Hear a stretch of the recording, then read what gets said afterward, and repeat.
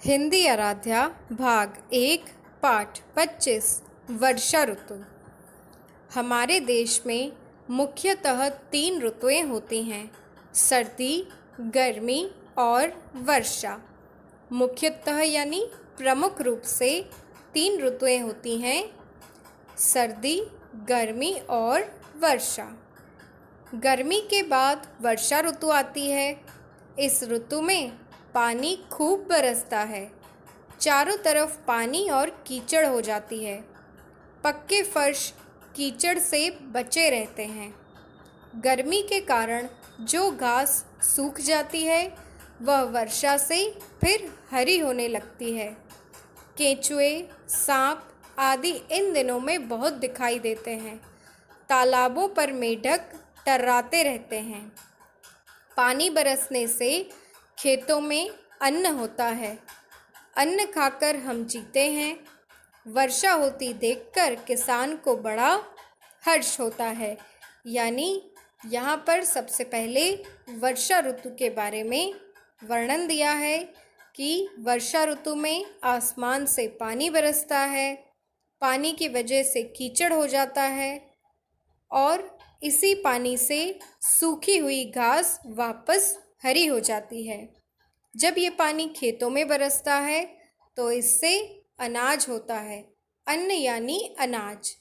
यही अनाज खाकर हम जीते हैं और वर्षा होती देखकर किसानों को बहुत आनंद होता है। हर्ष यानी आनंद, खुशी।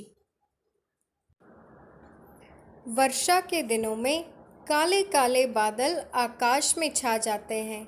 यही आज भी हुआ। विद्यालय से लौटते समय देवांग वर्षा में भीग गया था।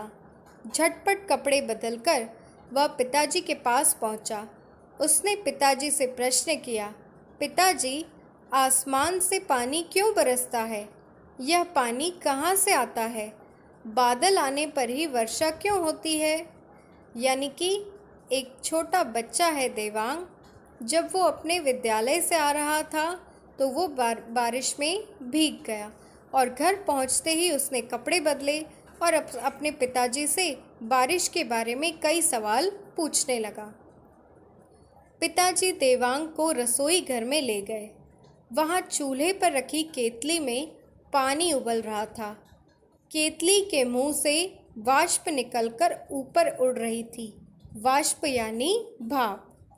पिताजी बोले, जिस प्रकार इस केतली का पानी गर्म होकर वाष्प के स्वरूप में ऊपर जा रहा है, उसी प्रकार धरती का जल सूरज की गर्मी पाकर वाष्प में बदल जाता है। वाष्प वायु से हल्की होती है, इस कारण ऊपर उठकर आकाश में चली जाती है। आसमान में ठंड होती है।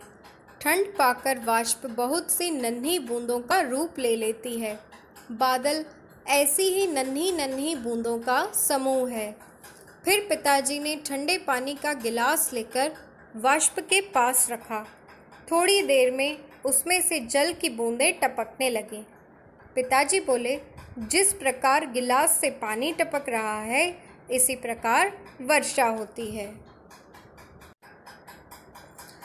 पिताजी ने देवांग को समझाया कि ज़मीन पर जो नदी और तालाब का जल होता है वो सूरज की गर्मी से वाष्प में परिवर्तित होता है और वाष्प जो होती है वो हवा से हल्की होती है। इसी कारण वो ऊपर आसमान में जाती है और ठंडी होकर पानी की बूंदें बन जाती हैं।